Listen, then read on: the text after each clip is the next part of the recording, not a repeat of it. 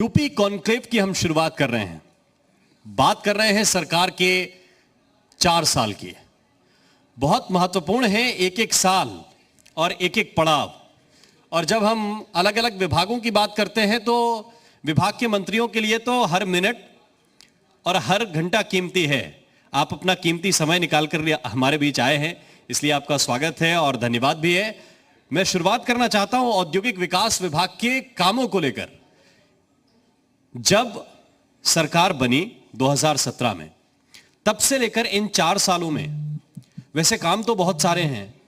मैं अगर आपसे कहूं कि क्या बदलाव आप बतौर मंत्री देखते हैं, और इसलिए थोड़ा ईमानदारी से आप बताइएगा कि आप थोड़ी देर के लिए मंत्री नहीं हैं, बतौर आम आदमी उद्योग को समझने वाले व्यक्ति के रूप में 4 सालों में क्या बड़े बदलाव आपको नजर आ रहे हैं? सबसे पहले तो मैं धन्यवाद देना चाहता हूं जी उत्तर प्रदेश उत्तराखंड को कि उन्होंने इस महत्वपूर्ण चर्चा के ऊपर मुझे अवसर दिया। एक आम आदमी के नाते से मैं इस बात को कहूंगा, अगर मैं राजनीति में भी नहीं हूं और इंडस्ट्री के बारे में थोड़ा सा जानता हूं, तो ये कहूंगा कि 2017 से पहले इंडस्ट्री नाम की कोई चर्चा नहीं होती थी उत्तर प्रदेश में। आज इंडस्ट्री सबसे हॉट टॉपिक है चर्चा का। 2017 से पहले कोई भी डिबेट इंडस्ट्री को लेकर नहीं होती थी। अगर डिबेट होती थी तो अपराध को लेकर होती थी, अपहरण को लेकर होती थी, भ्रष्टाचार को लेकर होती थी, पार्कों के निर्माण को लेकर होती थी, इत्यादि इत्यादि इत्यादि। लेकिन आज मुझे इस बात को प्रसन्नता है कहते हुए कि माननीय योगी जी की सरकार में आज प्रदेश के विकास की बात होती है, इंडस्ट्रियलाइजेशन की बात होती है। मैं 2 लाइन में अगर कहूँ कि प्रदेश के उद्यमियों के लिए, इंडस्ट्रीज के लिए उत्तर प्रदेश पहले लास्ट प्रेफर्ड चॉइस होती थी, आज की तारीख में मोस्ट प्रेफर्ड चॉइस है उत्तर प्रदेश में। उत्तर प्रदेश एक नए युग की शुरुआत इंडस्ट्रियलाइजेशन से है और वो आगे बढ़ रहा है। उत्तर प्रदेश आगे बढ़ रहा है। अब महत्वपूर्ण कोई आप 4 बदलाव हमें बताइए। ये तो हो गई एक ओवरऑल पिक्चर जो आपने अभी खींची। 4 बड़े बदलाव जो बतौर मंत्री आप लेकर आए हों कि विभाग में पहले ये 4 चीजें नहीं होती थी, अब ये होती हैं, और ये प्रदेश में प्रदेश के परसेप्शन को बदलने के लिए भी और प्रदेश की जनता को रोजगार देने के लिए भी, यहाँ के लोगों के लिए एक बड़ा इंडस्ट्रियल हब क्रिएट करने के लिए वो बड़े बदलाव हुए हैं। सबसे पहले तो बड़ा बदलाव हुआ है कि पहले इंडस्ट्री डिपार्टमेंट में व्यक्ति जाता था तो उसको अपना काम करवाने के लिए सुबह से शाम हो जाती थी, बरसों लग जाते थे और वो वापस चला जाता था। सबसे महत्वपूर्ण बदलाव ये है कि हमने निवेश मित्र के माध्यम से ह्यूमन इंटरफेस को समाप्त कर दिया। अब किसी को इंडस्ट्री लगाने की जरूरत है तो अपने निवेश मित्र के ऊपर चला जाता है, उसकी चॉइस की लैंड उसको मिलती है वहाँ पर, उस चॉइस के हिसाब से अपनी चॉइस लेकर उसको वहाँ पर पेमेंट करने के अपॉर्चुनिटी मिलती है। अगर मैं समझ जाऊँगा जी आवाज़ का मुझे शोर ज़्यादा। प्लीज आप लोगों से गुजारिश है, मंत्री जी अगर कोई बात कर रहे हैं तो थोड़ा सा संयम बरतिए। मुझे लगता है कि हमारी प्लीज कुछ बहनें अगर बाहर बात कर लेंगी तो अच्छा रहेगा। सॉरी, क्योंकि मैं समझ नहीं पाता। आई एम सॉरी अगर किसी को खराब लगा हो तो। Please continue. तो ये सबसे पहला बदलाव ये है कि आदमी को अब इंडस्ट्री लगाने के लिए दर दर भटकने की जरूरत नहीं है। दूसरा महत्वपूर्ण बदलाव ये है कि आईटी और आईटीएस के नाते से इस देश में कुछ शहर जाने जाते थे, जिसमें बेंगलुरु हो सकता था, हैदराबाद हो सकता था, या और कुछ शहर हो सकते थे। आज आईटी और आईटीएस में इंडस्ट्री लगाने के लिए लोग उत्तर प्रदेश को देखते हैं, नोएडा को देखते हैं। तीसरा बड़ा बदलाव यह है कि पहले इंडस्ट्री के लिए बिजली उपलब्ध कराना मुश्किल होता था, आज 24/7 अनइंटरप्टेड पावर सप्लाई हम दे रहे हैं। चौथा बड़ा बदलाव है जो मेरे विभाग के अंतर्गत एक्सप्रेस हाईवेज आता है। आज देश का सबसे बड़ा express highways network Uttar Pradesh के पास है जो मेरे विभाग में आता है।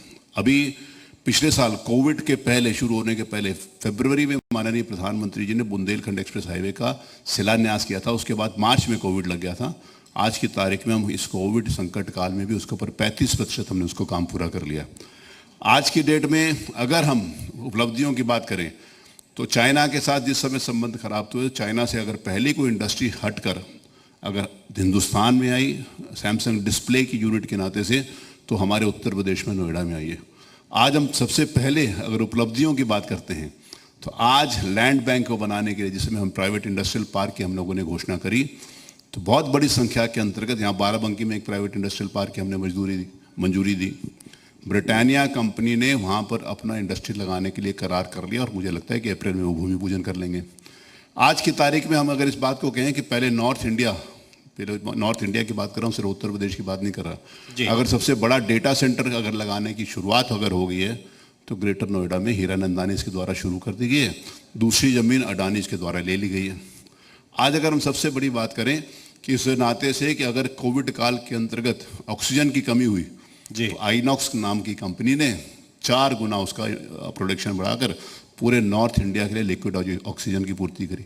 आज अगर हम इस बात की बात करें कि जो पिछड़ा हुआ क्षेत्र अगर चित्रकूट के अंतर्गत प्रयागराज और चित्रकूट के बीच में अगर कोई इंडस्ट्री नहीं लगती थी, आज AB मॉरिस जो यूके की कंपनी है 300 करोड़ रुपए लगाकर वहाँ पर इंडस्ट्री लगाने जा रही है। हमने उनको ज़मीन दे दी, उन्होंने काम शुरू कर दिया। तो आज बहुत सारी अगर उपलब्धियाँ आप शुरू करेंगे तो एक एक इंडस्ट्री का नाम लेकर मैं आपको बता सकता हूँ कि कौन कौन सी इंडस्ट्रीज़ ने कहाँ कहाँ किस किस। अगर मैं उपलब्धियों की बात करूँ तो इस देश में प्रधानमंत्री ने 2 इंडस्ट्रियल कॉरिडोर की घोषणा करी, एक उत्तर प्रदेश में अलीगढ़ नोड पे हम सारी की सारी ज़मीन बेच चुके हैं। ये सारी की उपलब्धियों की एक श्रृंखला है। उत्तर प्रदेश पहले इंडस्ट्री के जिसमें इंडस्ट्री की बात होती थी तो भ्रष्टाचार के नाते से जाना जाता था, कुछ व्यक्ति संस्था से बड़े हुआ करते थे। आज के तारीख में इंडस्ट्री डिपार्टमेंट में पारदर्शिता है। नोएडा में पहले प्लॉट मिलता था तो पर्ची से मिलता था, आज सार्वजनिक रूप से लॉटरी के अंतर्गत प्लॉट निकाल कर लोगों को दिया जाता है। तो बहुत सारी उपलब्धियां हैं जो इंडस्ट्री डिपार्टमेंट ने पिछले 4 सालों में करी।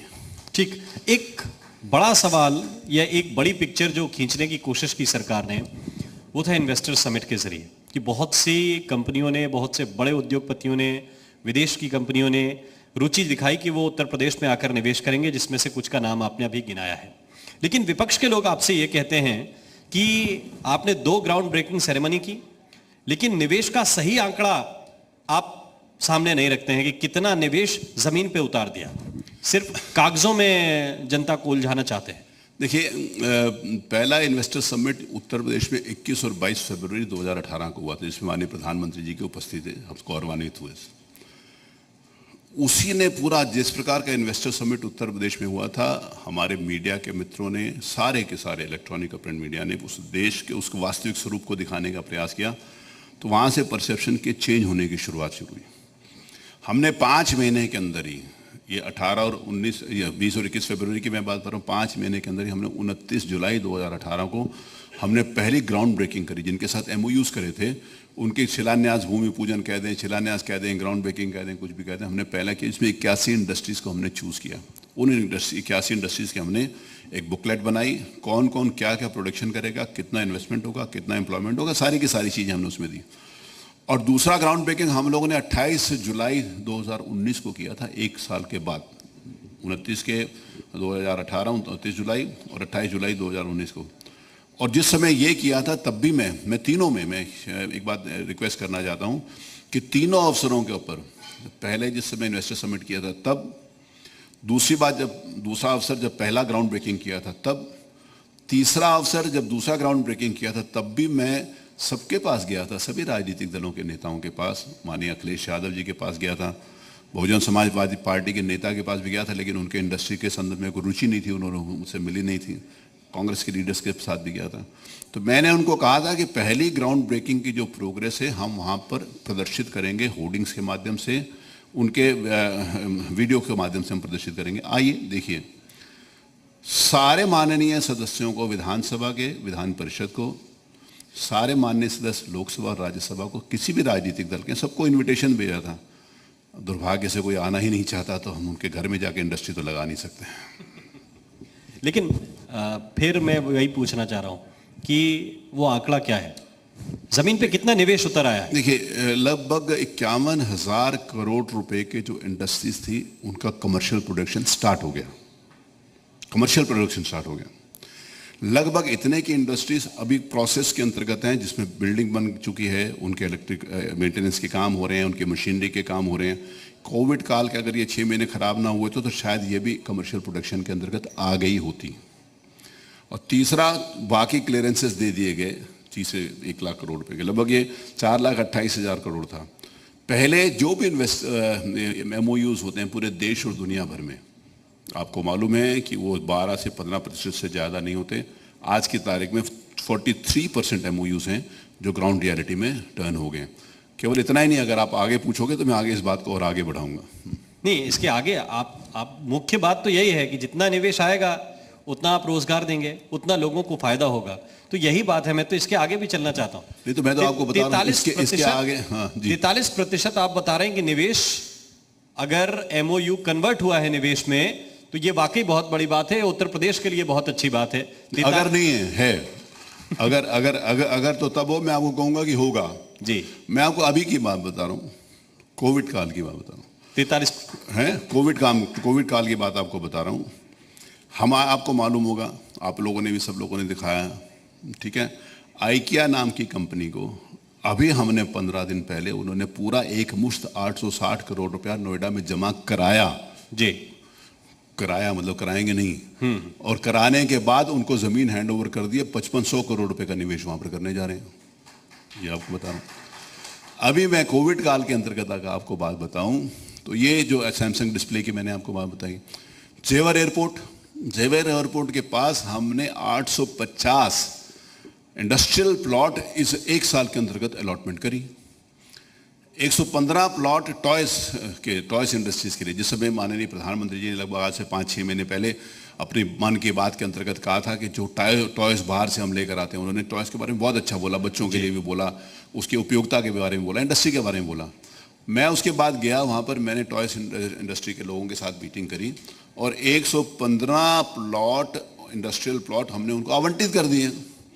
और अब जो प्लॉट हम आवंटित कर रहे हैं, जैसे मैंने आपको बताया कि एमएसएमई के सेक्टर हमने बनाया, हमने मेडिकल डिवाइस पार्क के लिए वहाँ मेडिकल डिवाइस जो आज क्योंकि अब ये कोविड काल के बाद लोगों को ये भी पता चला कि यार कोई वेंटिलेटर की भी कमी है।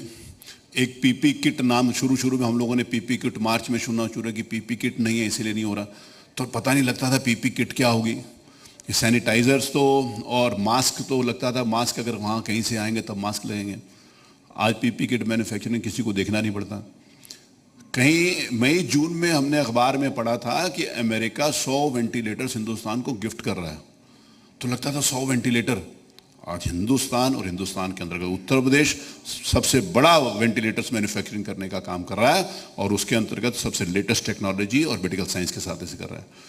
तो ये सारे आज जो हम इंडस्ट्रीज को प्लॉट दे रहे हैं, मैं एक बात कहूंगा फिर आगे आपका दूसरा प्रश्न लूंगा जी, कि पहले लोगों को इंडस्ट्रियल प्लॉट इसलिए लेते थे कि आज ले लेंगे, 5, 10, 15 साल के बाद उसको बेच देंगे। हम विधानसभा में ये एक्ट लेकर आ गए हैं कि किसी को भी अगर हम इंडस्ट्रियल प्लॉट देते हैं तो उसको 5 साल तक अपना कमर्शियल प्रोडक्शन शुरू करना पड़ेगा। अगर वो नहीं करता तो उसको प्लॉट निरस्त माना जाएगा। हमने एक्ट लेकर आ गए। तो इसका मतलब यह है कि जो भी आज की तारीख में इंडस्ट्रियलिस्ट अपना इंडस्ट्री लगाने के लिए इंडस्ट्रियल प्लॉट ले रहा है, उसको मालूम है कि 5 साल के टाइम के अंतर्गत उसने कमर्शियल प्रोडक्शन शुरू करना है, नहीं करेगा तो उसका प्लॉट कैंसिल होगा। तो इतनी तेजी से इस नए विचार के साथ, नए सोच के साथ नया उत्तर प्रदेश बन रहा है। ठीक। नोएडा और ग्रेटर नोएडा में जिस तरह से निवेश पहले हुआ है, अभी हो रहा है, इसको लेकर अखिलेश यादव कहते हैं कि देखिए निवेश की शुरुआत तो हमने की, कंपनियां हम लेकर आए, बीजेपी वाले क्रेडिट लेते हैं। मायावती जी कहती हैं ग्रेटर नोएडा को हमने व्यवस्थित किया, हमने बना कर दिया, उसका क्रेडिट बीजेपी वाले ले रहे हैं। तो इस बात में सच्चाई है देखिए कि काम से ज्यादा क्रेडिट पे आपका फोकस है? जैसे मैंने अभी आपको बताया कि डेटा सेंटर की पॉलिसी हम लेकर आए हैं, अभी लेकर आए हैं, और उसके बाद डेटा सेंटर खुलने शुरू हुए, तो शायद उनको पता भी नहीं होगा डेटा सेंटर होता क्या उस समय। जिस समय 2014 में इस देश के प्रधानमंत्री आदरणीय श्री नरेंद्र मोदी जी ने यहाँ पर एक क्रांति आईटी टेक्नोलॉजी के माध्यम से लाए, तो ट्विटर आया था। तो मेरे को माननीय अखिलेश यादव जी विधानसभा में कहते थे ये ट्विटर क्या होता है, चोंच लड़ाने का काम आप लोग करते हैं। और आज वो ट्विटर के माध्यम से ही सारी बात कहते हैं। दूसरी बात यह है, जैसे मैंने अभी आपको एबी मोरिस के बारे में बताया, अभी हमने उनको ज़मीन दे रही है। मैंने आपको बताया ब्रिटेनिया वालों को अभी प्रोसेस के अंतर्गत उनको ज़मीन दे रहे हैं। मैंने बहुत बड़े बड़े नाम, आइकिया का मैंने पिछले अभी बताया कि पिछले जैसे सैमसंग डिस्प्ले अभी चाइना से आई है, तो शायद उनको 2017 में पता होगा कि कोविड आएगा, चाइना से लोग आएंगे, पता नहीं उनको पता होगा, पूरी दुनिया को नहीं मालूम था। तीसरी बात यदि है, वो कुछ प्रोजेक्ट्स के लिए कहते हैं कि हमारे द्वारा जो प्रोजेक्ट्स लाए गए थे उसको आगे बढ़ा रहे हैं। तो मैं चाहता हूं कि इसके पूरे प्रदेश में बड़े बड़े होर्डिंग समाजवादी पार्टी के लोगों के द्वारा लगाए जाएं कि हम ये प्रोजेक्ट लाए थे, हम बड़े नालायक थे, बीजेपी कर रही है, उनको बधाई और धन्यवाद। तो इसके लिए उन्हें धन्यवाद देना चाहिए, आलोचना काहे की करनी चाहिए। रोजगार एक बड़ा फैक्टर है और अगले साल वो आपको बताना पड़ेगा कि कितने रोजगार आपने दिए हैं। ये सेक्टर जो प्राइवेट सेक्टर है, उद्योग का सेक्टर है, कितने रोजगार आप लोगों ने सृजित किए हैं? आगे एक साल में और कितने करने वाले हैं? देखिए, इंडस्ट्री और रोजगार एक दूसरे के पूरक के रूप में काम करते हैं। इंडस्ट्री बिना रोजगार के नहीं, बिना मैन फोर्स के नहीं चल सकती, चाहे स्किल्ड मैन फोर्स हो चाहे अनस्किल्ड मैन फोर्स हो। अभी जैसे मैंने आपको 50,000 51,000 करोड़ रुपए के इन्वेस्टमेंट बताया, इसमें लगभग 1,27,000 लोगों को इन्वेस्टमेंट मिला है। इन्वेस्टमेंट मतलब सॉरी अपॉर्चुनिटी मिली है, जॉब अपॉर्चुनिटी मिली है। ये मैं अपने इस सेक्टर की बात कर रहा हूँ। जैसे एमएसएमई सेक्टर के अंतर्गत बहुत सारी इंडस्ट्रीज लगे। एक बात यहाँ पर मैं स्पष्ट कर देना चाहता हूँ कि जो रोजगार है इंडस्ट्री में 15 से 16% रोजगार ही मिलता है। बाकी बड़ा सेक्टर रोजगार का जो होता है वो एग्रीकल्चर सेक्टर के अंतर्गत होता है, अनऑर्गेनाइज सेक्टर्स में होता है, बहुत सारे अन्य सेक्टर जहाँ पर होता है। इंडस्ट्री में जैसे मैंने कहा इंडस्ट्रियलाइजेशन हो रहा है, एमएसएमई के अंतर्गत ज़्यादा रोजगार मिलता है। तो सारी की सारी रोजगार की बातें, रोजगार परख, मैंने कहा इंडस्ट्री और रोजगार एक दूसरे के पूरक के रूप में काम करेंगे। अभी मैं फिर अगर मैं उस बात को कहूँ, जो जिन इंडस्ट्रीज का मैंने नाम लिया, आप कह रहे हैं कि कितना आ जाएगा, तो जैसे अभी हम लोगों ने MOU साइन किया IKEA वालों के साथ, वो कह रहे हैं हम 2,000 लोगों को डायरेक्ट रोजगार होगा। 2,000 लोगों को डायरेक्ट रोजगार, 5 गुना समझिए इनडायरेक्ट रोजगार भी होता है। जैसे भी मैंने सैमसंग वालों का नाम लिया, मैं बहुत सारी यूनिट्स हैं जिसमें है सीमेंट फैक्ट्री हैं, रोजगार जो भी जितने भी इंडस्ट्री हैं, तो इंडस्ट्री आएगी तो रोजगार स्वाभाविक रूप से उसके साथ आगे बढ़ेगा ही बढ़ेगा। ईज ऑफ डूइंग बिजनेस एक बड़ी चीज है। अब उत्तर प्रदेश की रैंक जो है वो नंबर 2 की है। अगला एक साल एक पर आने के लिए पर्याप्त है? देखिए, मैं इस बात को बड़े गर्व के साथ कहता हूं कि उत्तर प्रदेश में ईज ऑफ डूइंग बिजनेस की रैंकिंग में पहले कोई सोच नहीं सकता था कि क्या होगा। जिस समय मैं इंडस्ट्री मिनिस्टर बना तो उस साल 2017 में, तो 2017-18 की रैंकिंग थी, तो 12वें नंबर पर था प्रदेश। वो 12वें नंबर पर उछलकर हम दूसरे नंबर पर आए, 10 नंबर की छलांग लगाइए। आज जैसे मैंने अभी आपको कुछ शहरों के नाम दिया IT और IT इंडस्ट्रीज के नाते से, हमारे किसी के साथ कोई कंपटीशन नहीं है, कोई नेगेटिव प्रतिस्पर्धा नहीं है, एक पॉजिटिव प्रतिस्पर्धा है। जिस समय आत्मनिर्भर भारत की बात करते हैं माननीय प्रधानमंत्री जी, सशक्त भारत की बात करते हैं प्रधानमंत्री जी, तो उसमें हर स्टेट का उसमें योगदान होता है। और उत्तर प्रदेश के योगदान के बिना सब कुछ अधूरा रहता है कि हम सबसे बड़े स्टेट हैं। ईज ऑफ डूइंग बिजनेस में 12वें नंबर से दूसरे नंबर पर आना इस बात को प्रदर्शित करता है। ये रैंकिंग सिर्फ इंडस्ट्री डिपार्टमेंट से, इंडस्ट्री डिपार्टमेंट किसी सेक्शन से पूछ कर नहीं रैंकिंग की जाती है कि आप क्या कर रहे हैं। जैसे आज आपने, जैसे मैंने आपको बधाई दी, आप मेरे को बुलाकर यहाँ पर बातचीत कर रहे हैं, किसी टीवी मीडिया की डिबेट से रैंकिंग नहीं मिलती है। रैंकिंग मिलती है इंडस्ट्रीज के पास जाकर, रैंकिंग मिलती है इन्वेस्टमेंट को देखकर, रैंकिंग मिलती है जो हमारा निवेश मित्र पोर्टल है उसके ऊपर कितनी एप्लीकेशन है, कितनी हमने निस्तारण करी, रैंकिंग मिलती है इस बात के ऊपर हमने कितनी सेवाएं उसके ऊपर दे रहे हैं। तो स्वाभाविक है वो दूसरे से पीछे ही होंगे, आगे नहीं होंगे, और हम अगली बार 1 नंबर के लिए 1 नंबर पर आएंगे, मुझे ऐसा विश्वास है। तो ये 1 साल पर्याप्त है कि अगले टर्म का इंतजार करें? नहीं, अगला टर्म भी होगा। देखिए, अगला टर्म भी होगा और 1 साल भी पर्याप्त है। एक ये निरंतर चलने वाली, देखिए आज की तारीख में उत्तर प्रदेश की जनता इस बात के लिए है, उत्तर प्रदेश में हमारे मुख्यमंत्री जी ने, योगी आदित्यनाथ जी ने राजनीति को बदला। जिस प्रकार से देश की राजनीति की दिशा और दशा बदलने का काम हमारे यशस्वी प्रधानमंत्री श्रीमान नरेंद्र मोदी जी ने किया। जैसे मैंने आपको पहले बोला, पहले आप डिबेट इंडस्ट्री के ऊपर नहीं करते थे। मेरा आपसे निवेदन है कि अगर 2017 से पहले आपने कोई इंडस्ट्री के ऊपर डिबेट करी हो तो मुझे उसकी कॉपी दे देंगे, तो मेरी जानकारी में आ जाएगा, मेरे को अच्छा लगेगा कि इस बात की मुझे जानकारी मिली। कोई बात नहीं करते। इन्होंने कहा हमने इन्वेस्टर समिट किए, एक आगरा के उन्होंने आगरा में किया था, एक दिल्ली के ताज होटल में किया था, एक मुंबई के ट्राइडेंट होटल में किया था। इन्होंने 3 इन्वेस्टर समिट किए 15 सालों में।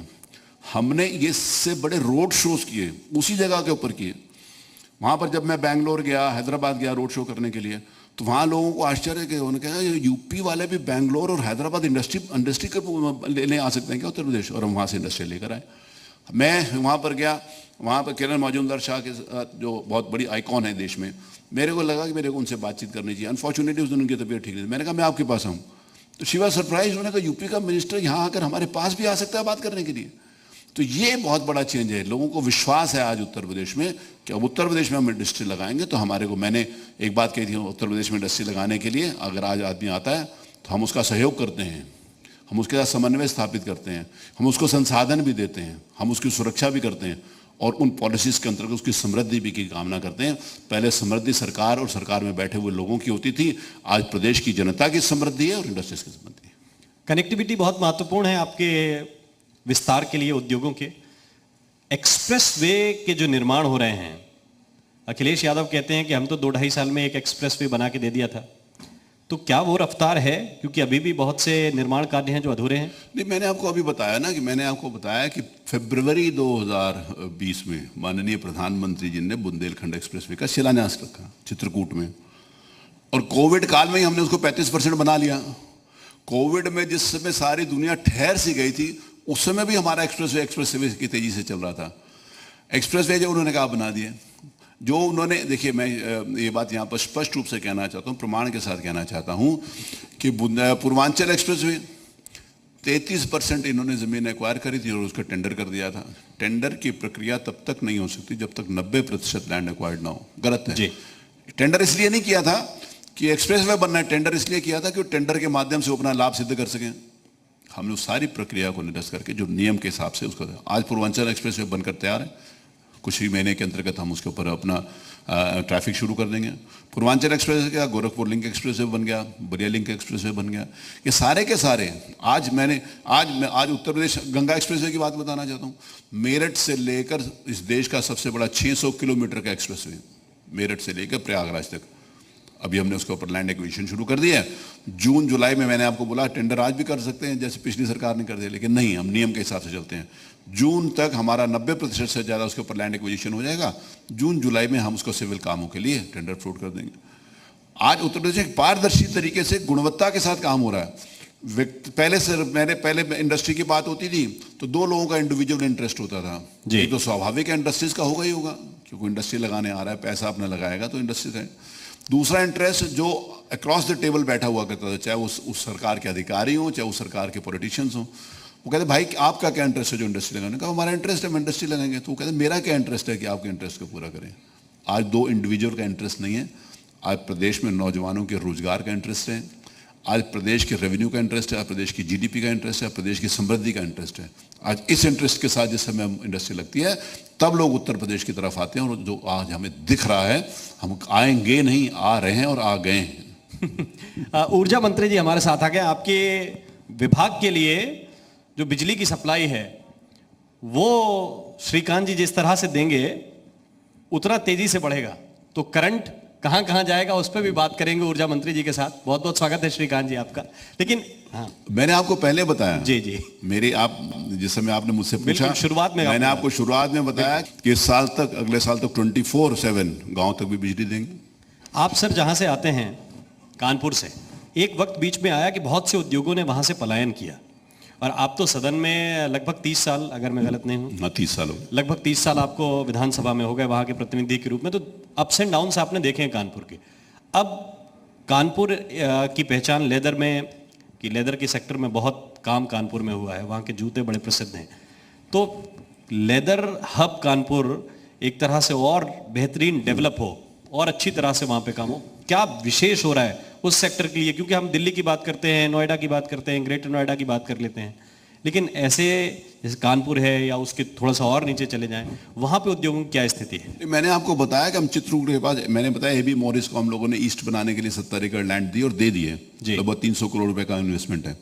कानपुर की लेदर इंडस्ट्रीज हमेशा परेशानी में रही, क्योंकि जो गंगा जी के किनारे बसी हुई है, हमेशा गंगा के पोल्यूशन की भी बात उठती थी।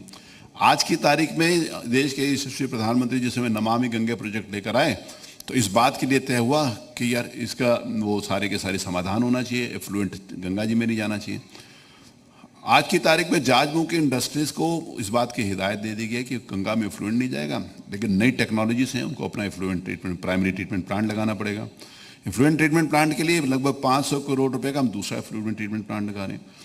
तो आज की तारीख में इंडस्ट्री भी चलेगी, लेदर इंडस्ट्री भी चलेगी, और शोधित पानी गंगा में जाएगा, गलत पानी गंगा में नहीं जाएगा। उसके साथ ही साथ, क्योंकि कानपुर महानगर की लेदर इंडस्ट्री का एक बहुत बड़ा नाम है, हमने कानपुर में ही रमईपुर में एक नया लेदर इंडस्ट्रियल क्लस्टर की हम लोगों ने स्थापना करी है। उसकी एसपीवी बन गई है, उसके लैंड का ट्रांसफर का सारे के सारी फॉर्मेलिटीज पूरी हो गई हैं। अगले कुछ दिनों में, महीनों में नहीं कह रहा, उसका फाइनलाइजेशन हो जाएगा और नया इंडस्ट्रियल क्लस्टर रमईपुर में, कानपुर में उभर कर आएगा, जो लेदर इंडस्ट्रीज को एक अपॉर्चुनिटी देगा अपने एक्सपेंशन का और नई इंडस्ट्री लगाने का। ठीक, कोविड की अगर हम बात करें, कोरोना ने तो कितना नुकसान किया है? क्योंकि अब जब हम जीडीपी देखते हैं कोरोना से पहले की कोरोना के बाद का जो अनुमान है उसमें बहुत अंतर है। तो कितना नुकसान आप देखते हैं इस देखिए, बीमारी कोविड के कारण तो पूरी दुनिया का नुकसान हुआ है। इंडस्ट्री का नुकसान हुआ है, हेल्थ का नुकसान हुआ है, ह्यूमैनिटी का नुकसान हुआ है, बिजनेस का नुकसान हुआ है, हर तरीके से नुकसान हुआ है। लेकिन हम उस नुकसान आज की तारीख में जो डेवलप्ड कंट्रीज हैं, जो अपने आप को हर मामले में अग्रणीय स्थान के ऊपर मानते हैं, चाहे वो मेडिकल साइंस के नाते से हो, चाहे हॉस्पिटल्स के माध्यम से हो, चाहे मतलब उनके मतलब इंफ्रास्ट्रक्चर के माध्यम से हो, चाहे उनके संसाधनों के किसी भी प्रकार का संसाधनों से आज ये हम लोगों के लिए क्या सौभाग्य की बात नहीं है क्या, इस देश के प्रधानमंत्री ने जिस समय कोविड के लिए जो पहला निर्णय लिया और उसके कारण आज देश उस कोविड के विकराल स्वरूप से बच सका है। और उत्तर प्रदेश में माननीय योगी जी ने पहले दिन से ही, जिस समय रोज मीटिंग करी, आज की डेट में उत्तर प्रदेश 24 करोड़ पॉपुलेशन का, लगभग पिछले 20 दिन से 100 के आसपास पूरे प्रदेश में केस आ रहे हैं। अब प्रयास है वो भी समाप्त हो। इकोनॉमी को भी इफेक्ट किया है।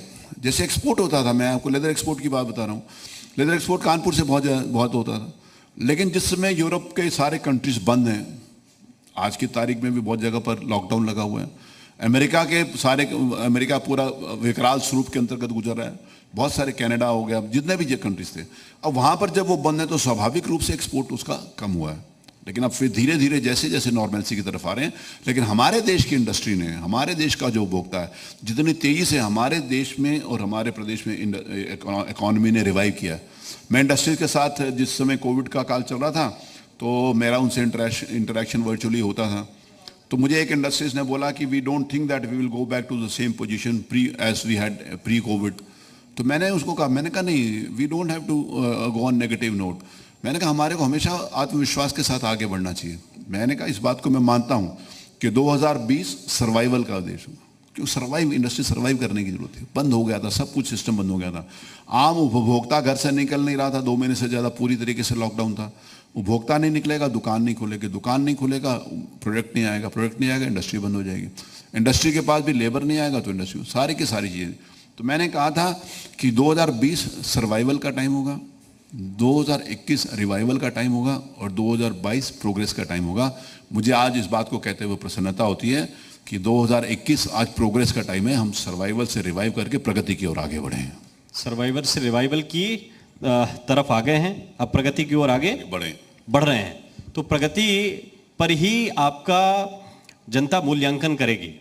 निश्चित रूप से। देखिए, लोकतंत्र के अंतर्गत जनता ने जो मूल्यांकन किया ना, जैसे पिछली बार 2014 में जितनी संख्या के साथ इस देश के प्रधानमंत्री श्रीमान नरेंद्र मोदी जी ने भारतीय जनता पार्टी के नेतृत्व की सरकार बनाई, तो 2017 में उससे ज़्यादा ही बनाई थी ना। तो जनता का मूल्यांकन एक सकारात्मक दृष्टि की और सकारात्मकता की तरफ आगे बढ़ रहा है। हमें विश्वास है कि हम उसी सकारात्मकता के साथ आगे बढ़ेंगे। एक आखिरी सवाल आपसे ये कि कितनी ज़्यादा मेहनत, एक्स्ट्रा एफर्ट्स लगाने पड़ते हैं आपको, आपके विभाग के अधिकारियों को? क्योंकि मैं इसलिए कह रहा हूँ क्योंकि आप नए ऐसे प्रोजेक्ट्स पे काम करने लगते हैं जिनका मूल कहीं दिखाई नहीं देता। जैसे फिल्म सिटी की बात है, बीएससी भी जाते हैं, आप ये कहते हैं कि किसी से नकारात्मक होड़ नहीं है, हमारी सकारात्मक काम है, लेकिन फिर ये भी कहा जाता है कि फिल्म सिटी यहाँ बनेगी और बेहतर बनेगी, उस पर भी काम पे लग जाते हैं। नहीं तो मैंने बोला ना कि अगर हम वहाँ से अच्छी फैसिलिटीज़ देंगे, माननीय मुख्यमंत्री जी वहाँ बीएससी गए थे, फिल्म सिटी के लोगों से भी बातचीत करी थी, मेरे को भी सौभाग्य था कि मुख्यमंत्री जी के साथ जाने का मुझे अवसर मिला। तो वहाँ पर वहाँ के मुख्यमंत्री जी ने कहा कि यहाँ से ले जाने के लिए आए, तो हमारे माननीय मुख्यमंत्री आदरणीय योगी आदित्यनाथ जी ने कहा कोई पर्स थोड़ी है कि जेब में डाल के चले जाएंगे, हम आपसे अच्छी फैसिलिटीज़ देंगे। आपको किसी को अपनी तरफ अट्रैक्ट करना है तो आप किसी को बुला लेंगे, कोई भी बिजनेसमैन हो, कोई भी इंडस्ट्रीज हो, कोई भी फिल्म सिटी के लोग हो, तो हम कहेंगे आ जाओ जी, तो ऐसे थोड़ी आएंगे। कोई आप ज़बरदस्ती किसी को नहीं ला सकते। आप तब लाएंगे जब आपको उससे ज़्यादा बेहतरीन फैसिलिटीज़ देंगे, आप तभी लोग आएंगे। और उससे ज़्यादा अच्छी फिल्म सिटी बनाने का हम लोगों का संकल्प है, उसको करके दिखाएंगे। उसके सारे हमारे कंसल्टेंट्स अपनी तेज़ी से काम कर रहे हैं, वो अपनी रिपोर्ट देंगे। हमारे पास ज़मीन एक्वायर्ड है, हमने उसके ऊपर काम शुरू कर देना है। तो वो हम किसी से कोई चीज़ छीन नहीं सकते, उससे अच्छा काम हम किसी की लाइन को। और एक बात मैं और कहना चाहता हूँ कि हमारी सरकार उत्तर प्रदेश में किसी दूसरे आदमी की लाइन को छोटा करने के लिए काम नहीं कर रही है, अपनी लाइन बड़ा करने का काम कर रही है।